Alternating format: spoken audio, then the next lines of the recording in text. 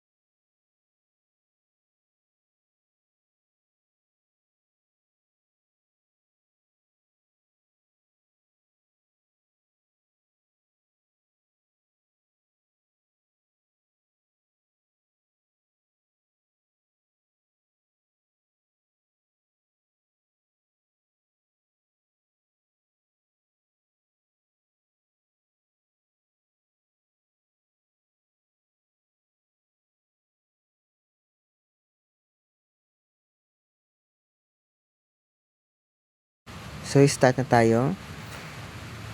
I-type lang natin ang localhost and Labahosa.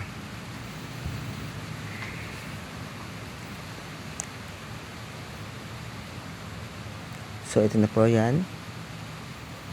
At yung nakikita niyo po is yung mga student list sa homepage natin.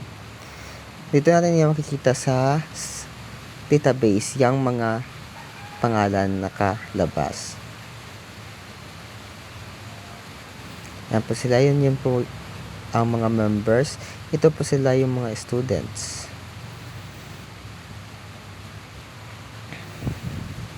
So mag-login ang admin. Mag-register muna tayo.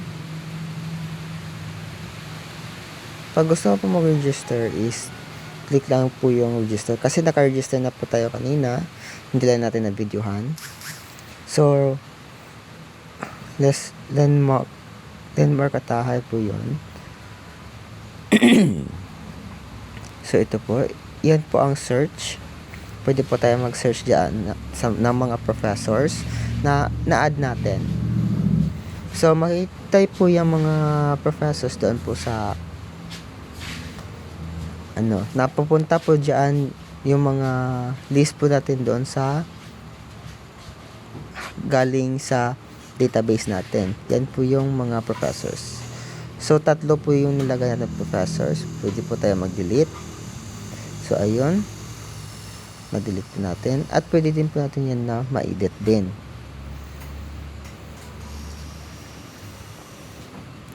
So, mag-register tayo ng professor.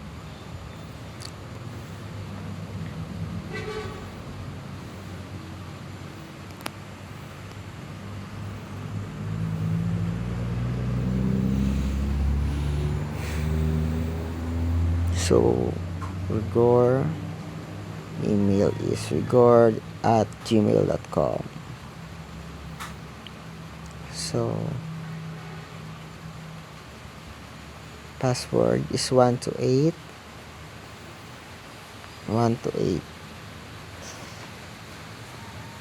So, successful na. At nakikita natin na nandyan na po. So, mag-log out tayo. I-log in natin po yung professor.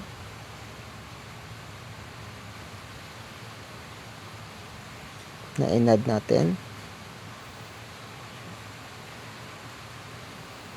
Po yung password niya is 1 to 8.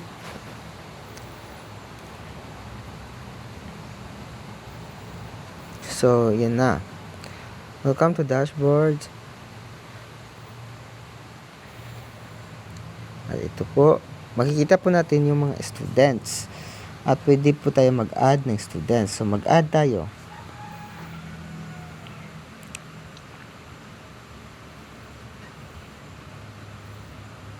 Roberto.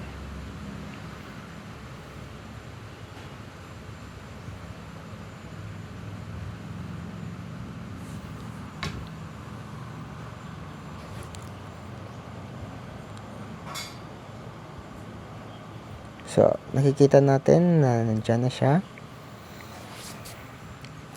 So,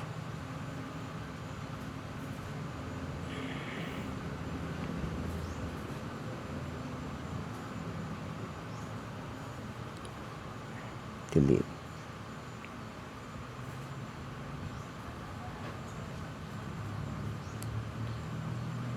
So, nakita natin na mawawala na si Sheena dyan kasi dinalit na natin doon. So, nakita po natin wala na po si Sheena.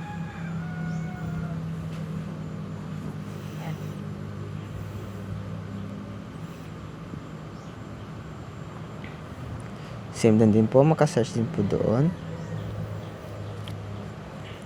So, yun na po. So, pag mag-login po tayo ng admin, pag mag-register po tayo ng admin, ang admin po, ang ginagamit po natin para po mag-register ng mga professor. Pag ginamit po natin ang account natin sa admin, mag-open po yung admin page. At pwede po tayo mag-add po ng mga professors doon at pwede po tayo mag-delete or i-edit po yung mga professors natin. At pag ang mga